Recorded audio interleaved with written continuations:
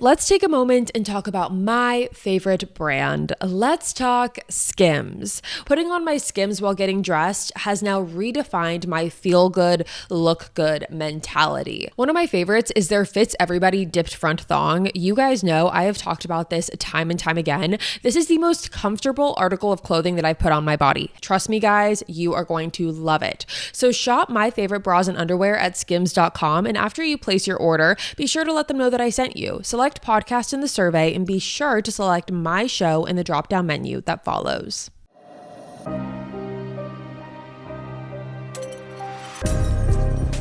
Hello everyone, what is up? Welcome back to another exclusive episode of Killer Instinct here on Patreon. Thank you guys so much for joining me here today.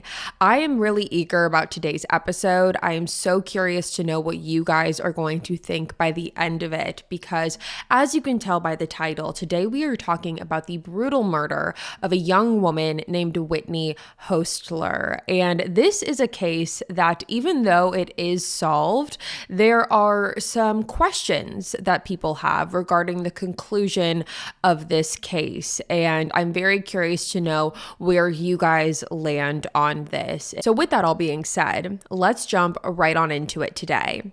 Whitney Hostler was born on July 27th, 1995 in Dayton, Ohio, to her parents, Kimberly and Chuck Hostler. They lived in Champaign County, Ohio, which is a quiet community a few miles north of Springfield, Ohio. It's a blue-collared rural area, and it's an area with low crime where generally the community feels safe. Whitney grew up being the youngest child. She had an older sister named Chelsea, and up until she was 2 years old, Whitney, her sister, and her parents all lived in a trailer community together. And according to Whitney's mom, Kimberly, she said that Whitney was a wild child. Whitney was always being rambunctious. She was running around and getting into whatever mess that she could. She was very curious and she had no fear whatsoever.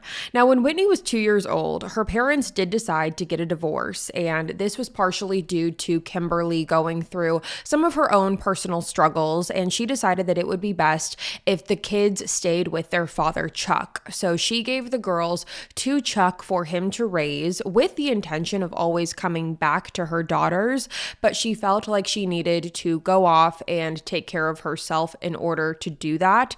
And so that is what she did. She gave her daughters to Chuck, their father, who raised them all throughout the early years of their life and into their teenage years as well. Now, it was when Whitney was in her teenage years that she did start to show signs of some rebellion. She was having some behavioral problems, and that is when Chuck and Kimberly decided that it would be best for Whitney to go and live with her mother. And they came to this decision because they thought that it would be best to put Whitney in a new environment, to have a clean slate, going and living with her mom. They thought that all of these things would benefit her. And so that is exactly what she did.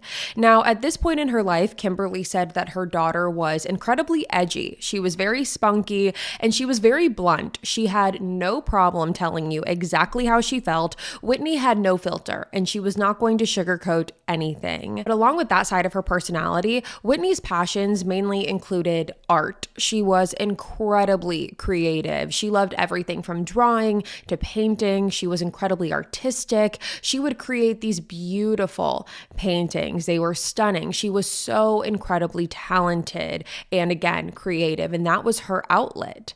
Now, when Whitney was 15 years old, this is when the trajectory of her life changed, because she got together with a classmate of hers named Randy Ryder. Randy and Whitney, like I said, they were classmates at the time, and they fell head over heels for each other. It was the epitome of that first love feeling. Whitney fell incredibly hard for Randy. She loved how Randy was always complimenting her, and he was always a gentleman to her. All of the things that you would want out of a first love is what Randy was to Whitney.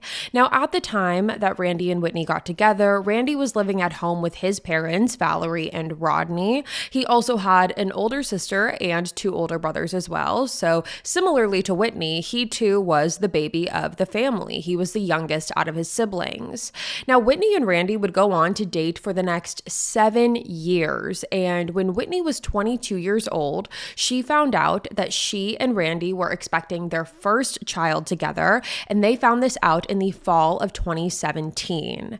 Now, Whitney was ecstatic on becoming a mother. She was so excited to be a mom. She did have the nerves and the jitters that come along with it. She wanted to be the best mom that she could be. She wanted to be able to provide in the best way that she could. And her and Randy decided that the smartest way to go about this and to be able to do that was to move to an area of Ohio called St. Paris. This is where Randy was living at the time. It's where his family also lived. And they decided to get their own apartment there. And Whitney also would get a job in St. Paris. That way, Randy and Whitney could save up money together for their daughter, who they welcomed into the world in the summer of 2018. But after their daughter was born, Randy and Whitney quickly realized that they needed more help than they originally had anticipated. Being first-time parents with a newborn, there was a lot of moving factors and moving parts. Whitney was struggling with some postpartum depression, and they just needed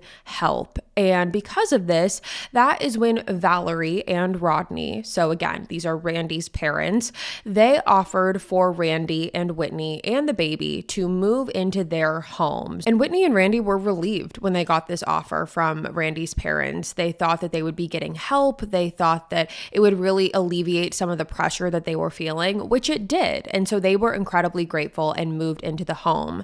Now, it's also important to note that Randy's brother was also living at his parents' house at the time. His brother's name was Rodney Jr. So all in all, in this home, you had the parents, Valerie and Rodney. You also had Rodney Jr. and Randy, and then you had Whitney and the baby. So all in all, 6 people living in this home at the time.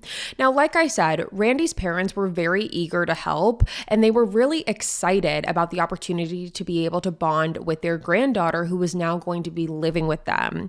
Both Rodney and Valerie were retired, and so they really had a lot of time to be able to be hands-on with their granddaughter, which is exactly what they did. And so because of that, Randy, Whitney, and the baby lived with the Ryders for the next 2 years until, unfortunately, so this takes us to October 1st of the year 2020, and it was just after midnight, so in the very early morning hours of October 1st. And this is when the Champaign County Dispatch received a very unsettling 911 phone call from a man who refused to give any information over the phone. Now, the man who made this 911 call was Randy Ryder. On the phone, Randy refused to give any information. However, he told the dispatcher that he was in the parking lot of the sheriff's office and wanted to speak to an officer in person about what it was that he wanted to report. This was typically not the everyday call that you get. I don't think out of any of the cases that we've covered on Killer Instinct or here have we ever heard of someone going to the police station, making a 911 call and wanting to talk to someone in person and not giving any information over the phone. So again, that was not something that was the usual. However, that is what Randy requested, and that is what happened. So at this point, Deputy Fisher, who was at the sheriff's office, met Randy outside. When Deputy Fisher met Randy, Randy introduced himself and identified himself as Randy Ryder, and he went on to say that he was concerned. Randy said that there was an incident that occurred at his home where he lived with his parents and his girlfriend Whitney, and he wasn't sure what to think about it. According to Randy, he said that at approximately 11 a.m. on September 30th, so again, just about a little over 12 hours earlier, there was an argument that ensued at his family home. The argument was between Randy, Whitney, and Randy's mom, Valerie. He said that there was a screaming match between him and Whitney, and then ultimately the argument trickled over to be between Whitney and Valerie, and it abruptly ended for Randy when he left the house. So Randy completely left, leaving Whitney at the home with his parents. Now, according to Randy, he said that for the remainder of the day, he had not heard from Whitney. So after he left the home, he did not hear from Whitney at all. He also said that Whitney had plans that day to meet up with him later in the afternoon. All of their friends were supposed to hang out together. However, Whitney never showed up to the specific hangout. So just to give you a little bit of clarification, Whitney was supposed to meet up with her friends later that afternoon. And then afterwards, that group of friends that included Whitney was going to meet up with Randy and his friends. So Randy was supposed to see Whitney later that evening, but she never showed up. And according to Randy, no one had ever been able to get a hold of her. So nervously and anxiously, Randy asked the deputies to conduct a welfare check on Whitney at his home. He said that he had not been home at that point. He didn't want to go home at that point, and he would prefer for the deputies to do a welfare check on Whitney themselves. So with this information, Deputy Fisher and another deputy named Deputy Collar drove over to the Ryder family home to conduct this welfare check. Now, when they arrived to the house, they noticed immediately that there were no lights on inside of the home. This wasn't completely unusual. Like I said, it was after midnight, so it wasn't odd that the lights would be off or people would be sleeping. But Deputy Fisher and Collar began knocking on the door, and at first they did not receive an answer, but ultimately Rodney Jr., so Randy's brother, did come to the door. The deputies had asked Rodney Jr. if anyone else was home at that time, and Rodney Jr. said that no one else was at the house except for him. And when deputies asked where his parents were, that is when Rodney Jr. said that his parents and Randy's daughter, so the parents and the baby, had all left earlier that evening to go look for some deer hunting spots. Rodney said that the three of them left in the early evening, however, had not been back since. Now, deputies also asked Rodney Jr. about Whitney, but according to him, he said that he hadn't seen Whitney since earlier that morning, so he had no idea where Whitney was or really what she was doing or where she could be, because again, he hadn't seen her since the earlier morning hours of September 30th. Let's take a moment and talk about my favorite brand. Let's talk Skims. When creating any outfit, we typically only focus on what we're wearing on the outside and not necessarily what's underneath. For example, typically I would focus on making sure that my top matched my jeans or that my dress looked good with my shoes, but then I discovered Skims, and let me tell you guys, it changed the game.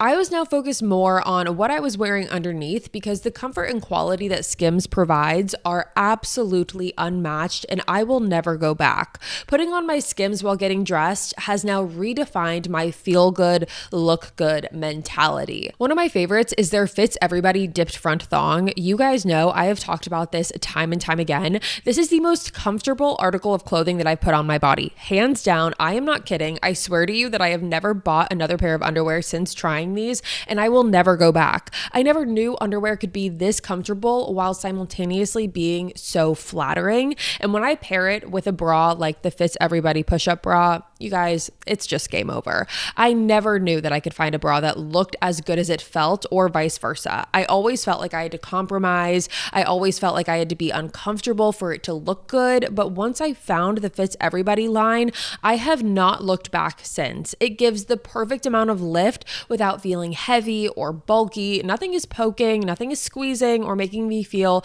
like I need to rip it off halfway through the day. Trust me, guys, you are going to love it. So shop my favorite bras and underwear at skims.com, and after you place your order, be sure to let them know that I sent you. Select podcast in the survey and be sure to select my show in the drop-down menu that follows. Now, for deputies to first hear this information that Rodney Jr. was giving, it led them to a certain amount of questions because it was after midnight, and it was a little bit unusual that two people would take a 2-year-old child and go off looking for deer hunting spots and still not come back at this particular hour. And Rodney Jr. actually admitted that this was not a circumstance that happened often. He agreed that it was a little bit unusual, it was a little bit odd, and it also wasn't something that his parents did very frequently, if ever. So it definitely struck police as a little bit strange. And at that point, Rodney Jr. told authorities that his parents drove a white pickup truck, and deputies had every intention of driving around trying to see if they could spot that car. However, they ended up not needing to do that because in the middle of this conversation is when that white pickup truck pulled into the driveway. So with this, deputies now approached the car. Inside of the car, Rodney Sr. was in the driver's seat, his wife Valerie was in the passenger seat, and Whitney's daughter was in the back seat. But Whitney was nowhere to be found in this car. Now, Valerie began talking to authorities. She was really the one that was leading this conversation, and she said that her husband, and her granddaughter were all driving around looking for deer hunting spots. They didn't find any of the spots that they felt were good enough, so they stopped off at the gas station, they grabbed a cherry Diet Coke, and then they left the gas station and drove home. Now, Deputy Collar had asked Valerie and Rodney where Whitney was, if they had seen Whitney, if they knew where she could be, and according to Valerie, she said that Whitney got picked up earlier that afternoon by someone driving a maroon-colored car with tinted windows. Valerie then went on to say that Whitney and her son Randy had gotten into an argument earlier that morning, which was not unusual, and typically when they would get into these arguments, they both would need space from each other. That was their way of coping through it. They would take time to separate and cool down before coming back together. So for Valerie, she said that this wasn't unusual, and it didn't strike her as odd that Whitney would leave the house and go MIA for several hours. So she wasn't really concerned. Now, to even strengthen this, Valerie then went on to say that she actually received a text message from Whitney that afternoon after Whitney left the house. In the text message, Whitney wrote Valerie and said that she was going to be gone for a period of time. She said that everything was okay, but she needed time away from Randy and would let Valerie know when she was coming back to get her daughter. So for Valerie, she said, look at this text. Whitney's fine. She texted me. She just left for a little bit. She'll be back eventually. Don't know where she is, but this is the text that I got. Now, regardless of this information that they are getting, the deputies still had their speculations about Whitney's whereabouts. They began taking their flashlights and lighting up the truck. They were looking on the sides of the truck, and they started to look in the bed of the truck. And this is when they discovered multiple wadded up trash bags in the truck bed. Now, Deputy Fisher then opened up the bed of the truck to get a closer look at these bags, and when he did, this is when he noticed that there was duct tape wrapped around the bags, and stuck to this duct tape was large chunks of blonde hair. Now, Whitney was blonde. She had blonde hair, and knowing this for deputies was incredibly alarming. This was not normal contents that you see in the back of a car. Police also noticed that there was a two-wheel dolly in the back of the truck bed, and the wheels were covered in fresh, wet mud. There was also a single flip-flop in the bed of the truck, along with a rubber green cleaning glove. Now, at this point, with what they're finding in the back of the truck, Whitney being nowhere to be found, there being some argument that took place earlier that day that police are still really trying to put the pieces together about, they had a lot of questions. And so deputies asked the riders for permission to search their home, which Valerie and Rodney agreed to allow police to do. When the deputies got into the home and when they got into Randy and Whitney's bedroom, that is when they discovered the empty roll of duct tape that police believed to have been what was wrapped around the trash bags. But regarding all of the contents that were found, regarding the trash bags, regarding the duct tape, regarding the hair, regarding everything, Valerie had an explanation to all of it. She said that it was cleaning day for her on September 30th, and that these were all items that she used to clean her home. The rubber glove, the duct tape, the trash bags, it was all for cleaning purposes. So it wasn't odd that she had all of these items. And Rodney Jr., Valerie's son, actually backed up his mom's story. Now, regarding the blonde hair, Rodney Jr. said that there was an explanation for the blonde hair. He said that he had a daughter who would visit the Ryder home very often, and his daughter daughter's hair was blonde. He also went on to say that everyone called his daughter Rapunzel because she had this long blonde hair, but her hair would always be falling out. He didn't really elaborate as to why, but he did say that his daughter's hair would fall out from time to time, and it easily could have been from his daughter. Deputies then asked Rodney Jr. to walk out to the truck and to look into the bed of the truck and to see the hair that was found attached to the duct tape. And when he saw it, he again confirmed it more than likely was his daughter's hair. Now, during this conversation, after police had asked the riders to exit the truck, Valerie herself, like I said, she was the one really leading the conversation with the deputies. She was very calm. She seemed very level-headed. She did not seem to be nervous or anxious at all. However, Rodney Sr. could not say the same. He was very anxious. He was very nervous, so much so that he began hyperventilating and needing to sit down.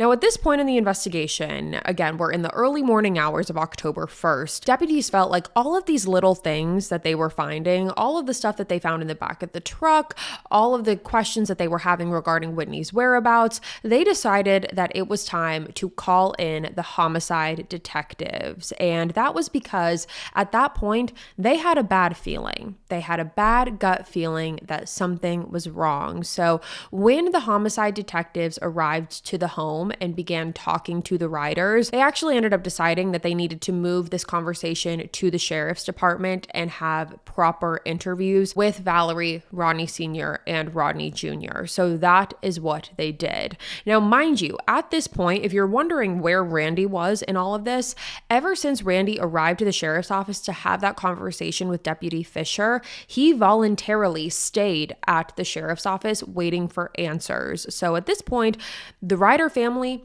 is at the sheriff's office. Now, the detectives first sat down with Rodney Jr., and according to Rodney Jr., he said that on the day of September 30th, he was at work, and when he got home, neither one of his parents mentioned anything about Whitney, which wasn't unusual because he thought, why would they? Rodney Jr.'s interview was very quick. There was not a lot of substance to it. There was not a lot of information that detectives got out of it. It was just very cut and dry. So after his interview, he was told that he could leave. And afterwards, detectives sat down with Rodney Sr. and Valerie separately. Now, initially, Rodney Sr. had told detectives that he was not there for the argument that ensued between Randy and Whitney, and all he knew is what Valerie told him. And according to him, what Valerie had told him was that there was an argument between Randy and Whitney that occurred because supposedly Randy had cheated on Whitney with another woman and got her pregnant. Now, obviously, as you can imagine, this would infuriate Whitney, and that is where the argument started. Valerie went on to tell her husband that she tried to talk to Whitney and calm her down,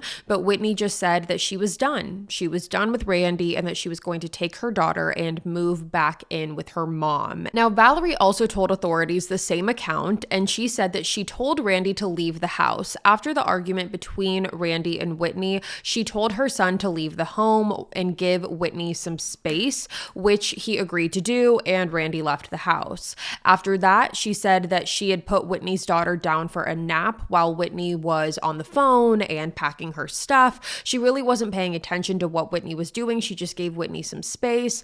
And then, as she was doing the dishes in the kitchen, she saw that out of the kitchen window, Whitney was walking out of the house and into the maroon colored car at approximately 11:30. So she said that after the argument ended, Randy left the house. Valerie tried talking to Whitney, but ultimately gave her space, put Whitney's daughter down for a nap, and then did the rest of the chores that she had to do throughout the house, which included the dishes. While she was doing the dishes, she looks out the window, sees Whitney leave the house and get into the maroon colored car, which is the last time that she saw her.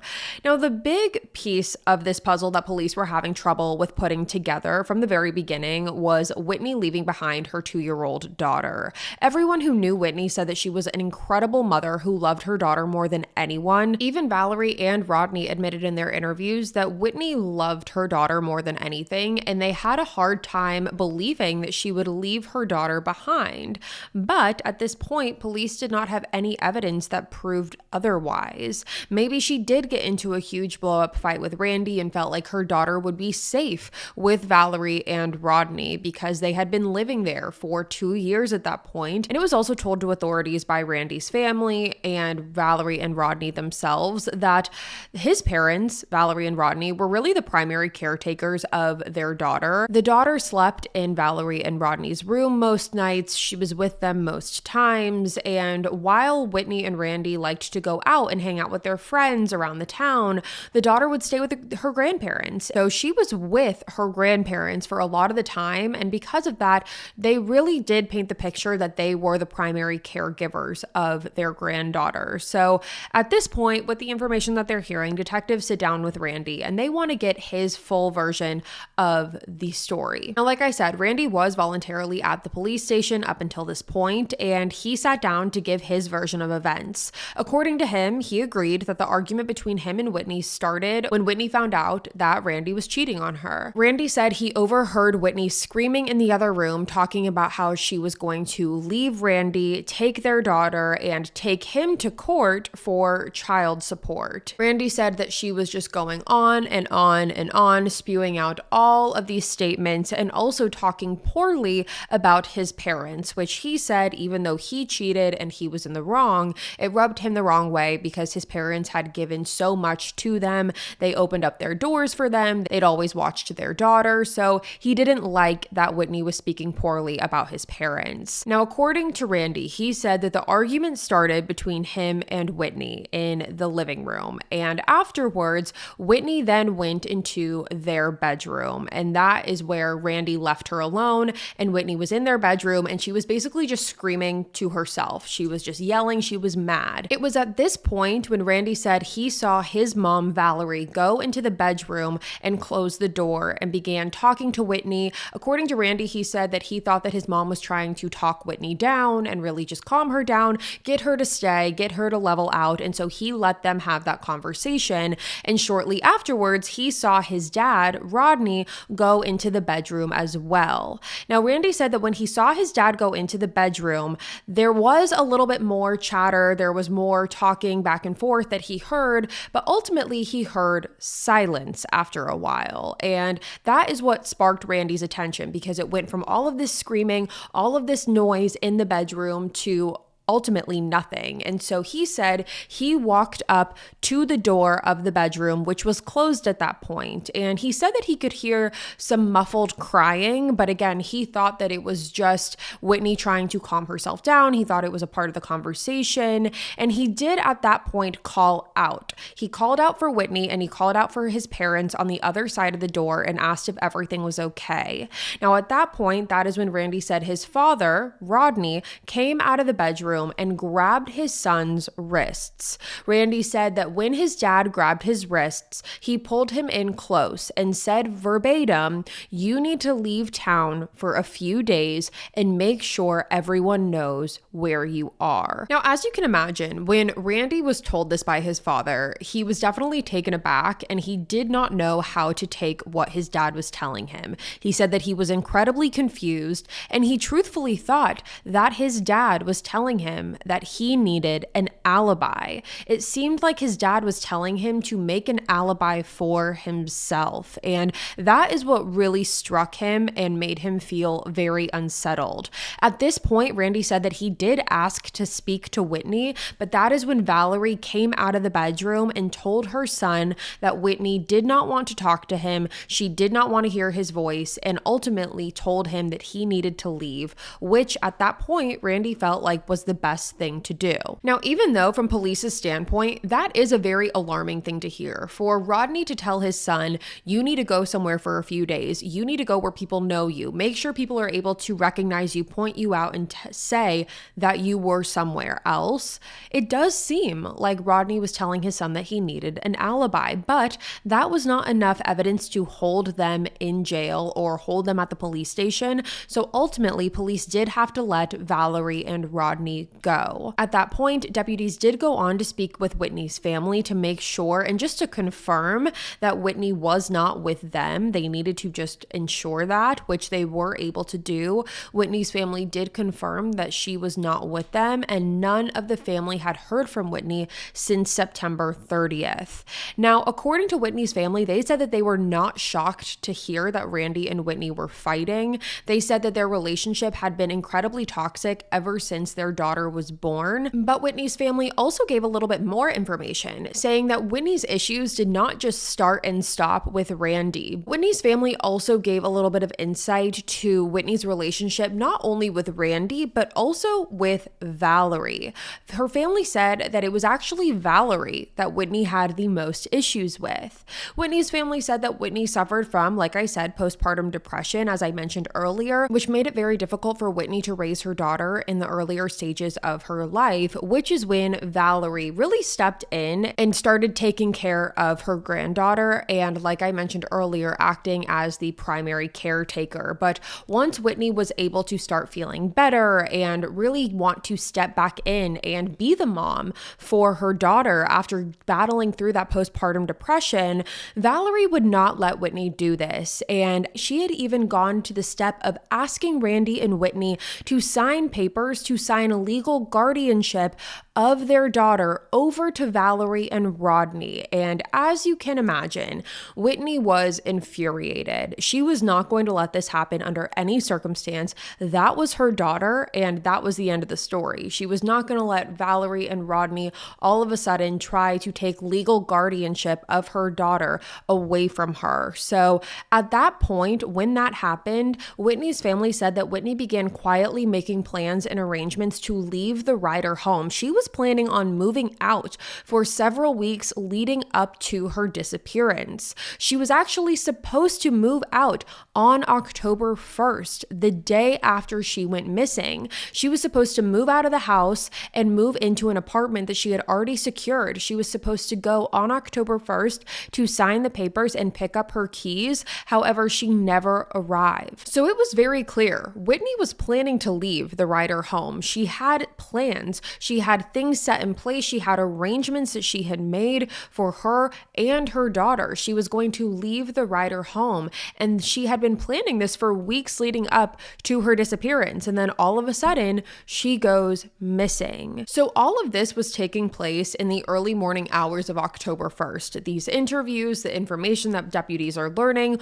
all taking place in the morning hours of October 1st. And then in the afternoon of October 1st, the Champaign County Dispatch Center received another phone call from a man who was walking along a road on Kaiser Lake. The caller said that he had discovered a body at the bottom of the ravine at the lake, and immediately police were dispatched out to the location.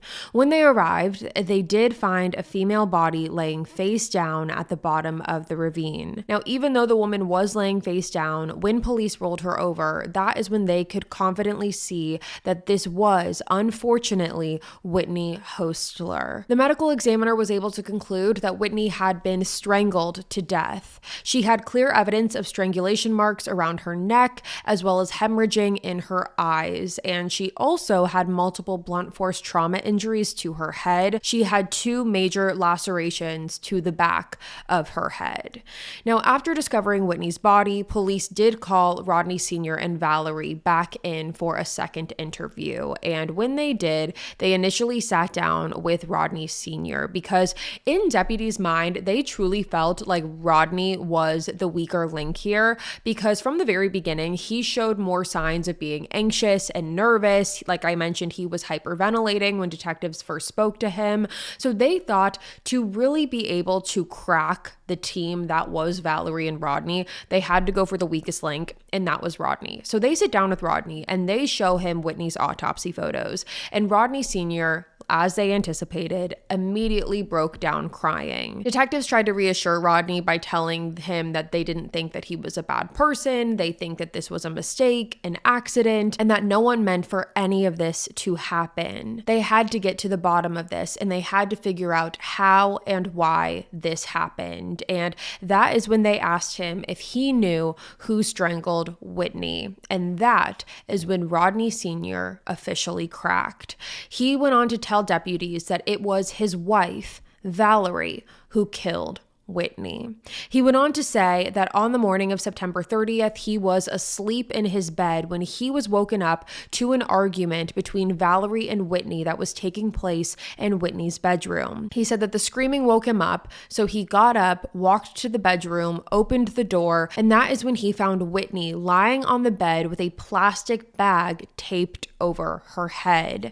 Immediately, Rodney said that he panicked and just watched as Valerie then put Whitney's body into a trash bag. He said that he then helped put Whitney's body into the back of the truck and drove around trying to find a location to dispose of the body, where ultimately they did at Kaiser Lake. So that is what Rodney is originally stating happened. That is what his version of events was. And in terms of the why here, the question that police had of why did this happen? Why did this happen between Valerie and Whitney? Rodney explained that Valerie completely lost it when she heard that Whitney was planning on taking their granddaughter away. Like I said, Valerie had grown almost an obsession with the granddaughter up until this point. She felt like she was the maternal caregiver for her granddaughter and that Whitney was not a part of it. She was trying to distance Whitney and her granddaughter and become that primary caretaker. And when that was threatened to be taken away from her, that is when Valerie lost all sense of control. So at this point, police now sit down with Valerie, and they very cut and dry told Valerie that they knew what happened. Rodney had given her up, they had spoken to him, and their only question at this point really was why, and they wanted to know if this was an accident or not. And that is when Valerie, very nonchalantly at the time, said that all she was trying to do was stop Whitney from leaving. It was very blasé to her. It was just, she was just saying it as if it was no big deal. She just said, I was just trying to stop her from leaving. Valerie then went on to say that she had put her arm around Whitney to try and calm her down and restrain her, but Whitney was moving, and because of that, her arm must have ended up around Whitney's neck, and she must have squeezed too hard and in turn strangling Whitney. But she also says she does not remember how her hands ultimately ended up around Whitney's neck, and so she doesn't know how, but it ultimately did happen. Valerie did say that she remembered hearing a coughing sound, which is what caused her to release her grip, and that is when she realized that Whitney was not breathing. Now, as far as the plastic bag, Valerie said that she does not remember how the plastic bag got over Whitney's head, and she said that all of this, again, began from the thought of her not being able to see her granddaughter. She did confirm that that is what really sent her over the edge. Whitney threatening to leave and take Whitney's daughter with her left Valerie in a moment of panic and feeling like she no longer had control over the situation and ultimately over her granddaughter. Now, after these confessions, Rodney Sr. and Valerie were charged with aggravated murder, abuse of a corpse, and tampering with evidence. Now, after the arrests were made public, there were multiple people that were calling into the police station to say that they believe that there could be an alternative explanation for Whitney's death, and that different explanation was Randy. Many people thought that Valerie and Rodney Sr. were covering up for their son Randy and really just trying to protect him. It was no secret to really anyone who knew Whitney and Randy that they had a tumultuous relationship. It was very toxic, and many family members said that they would not be shocked based off of their past history if Randy was involved. Now, from police's standpoint, up until this point, Randy was incredibly cooperative. He was very forthcoming with police. He told police that he would do absolutely anything they needed of him. And so when these tips started to come in, police asked Randy if he would agree to take a polygraph test, which he did. And Randy passed this exam with flying colors. And it was that, along with the fact that there was no other evidence pointing to Randy, that police and detectives were confident that they could clear Randy from any suspicion having to do with Whitney's death. Now, 2 months after the arrests, Rodney Sr. entered a plea deal. In his plea deal, Rodney pled guilty to possession of criminal tools, obstructing justice, and tampering with evidence. And he was sentenced to 36 months in prison and part of his plea deal was testifying against his wife, Valerie, which he also agreed to do. But Valerie refused to take a plea deal. She was not going to do that, and she was going to trial because she was retracting her confession. Valerie's trial began on February 22nd of 2021, and during the trial, the prosecution had multiple people close to Valerie testifying against her. The first one being Randy. Randy said that leading up to Whitney's death, he had in fact been involved with another woman. He was cheating on Whitney, and they were expecting a child together, which is what prompted the argument that occurred on September 30th. Randy actually said that he had been gone for a week leading up to this argument, and he returned back home on September 30th. And when he did come home, that is when the argument started between him and Whitney. He said that the argument started in the living room. Whitney then stormed off to the bedroom. Valerie then followed Whitney into the bedroom and shut the door behind her. Randy said that his dad had woken up several minutes later, asked Randy what the noise was about. Randy explained what was going on, and that is when Rodney went into the bedroom as well. Like I mentioned earlier, Randy said that both of his parents then came out of the bedroom telling him he had to leave the home when he tried to go and check on Whitney. So that was Randy's testimony, but Rodney Sr. also testified against Valerie, and his story did change a little bit from what he had originally told police and authorities in his initial confession. During his testimony, Rodney said that he woke up to an argument between Valerie and Whitney that was taking place in Whitney's bedroom. He said that when he woke up, he initially went and sat down in the living room with Randy and their granddaughter. He said that Randy explained what the argument was about and that Valerie called out for Rodney at this point, which is when Rodney went into the bedroom. And contrary to what he originally stated, because if you remember, his original statement was he walked into the bedroom and Whitney was dead on the bed with the bag around her head. This time, Rodney said that when he walked into the bedroom, Whitney was actually alive and she was sitting on the bed crying, and Valerie was explaining to Rodney what was going on and told him that Whitney was considering leaving. Rodney then said that Whitney told him that she wanted Randy to leave the house so she could have some space. So Rodney took it upon himself to leave the bedroom, so leaving Valerie and Whitney alone together, and went out to the living room and told Randy to leave. And then ultimately, Rodney went back to sleep. Rodney said that about an hour or so later, he woke up again, and that this time when he woke up, he saw Valerie taking a large green duffel bag out of Whitney's bedroom. At this point, Rodney said that he knew that something very bad had happened. He could tell that the bag was very heavy, and he immediately, his mind went to the worst. Valerie then told Rodney that she and Whitney had gotten into a fight about Whitney leaving, and Rodney couldn't believe it at that point. So he actually said that he opened up the duffel bag and saw Whitney inside of the duffel bag with a plastic bag wrapped around her head and the duct tape around her neck. Rodney said that he tried to remove the bag from Whitney's head, but the duct tape was too tight, so he ended up having to use a pocket knife to get the bag off of her head, and that is when he was able to confirm that Whitney was in fact dead. At that point, Valerie did tell Rodney to move the pickup truck to the back of the house so they could load Whitney's body into the back of it. Rodney said that him and Valerie stayed home with their granddaughter until Rodney Jr. came home from work and told him that they were leaving to go deer scout hunting. They just needed an alibi, so that is why they waited for their other son to come home. They then took Whitney's daughter with them and went to go dispose of Whitney's body. So that is the change in story from where Rodney Sr. originally confessed to what he testified against. Again, in his original confession, the basis of his story was that there was an argument, he woke up to screaming, he walked into Whitney's bedroom, saw Whitney dead on the bed, and then told Randy to leave the house. In his testimony, he says he woke up to screaming, went and sat with Randy. Randy told him what the argument was about. He then went into the bedroom. He sees Whitney crying on the bed. Valerie tells him that Whitney wants to leave. He then goes back to bed after telling Randy to leave the house, and then wakes up an hour later and Valerie is taking Whitney's body out of the room in a green duffel bag. So a very different version of events, I will say. It does kind of contradict itself when you look at the logistics of it. At the end of the day, the murder happened, but it's just a matter of how you got from point A to point B, where Rodney's stories do contradict each other a little bit. I will say, in regards to the green duffel bag, I did not read anything anywhere that stated anything about the green duffel bag. The first time that I saw it be brought up was during the testimony, which leads me to believe where this green duffel bag went. It was not found in the back of the pickup truck. It was also not found where Whitney's body was found. So it makes me question if this green duffel bag was left at the house after they got her body into the truck.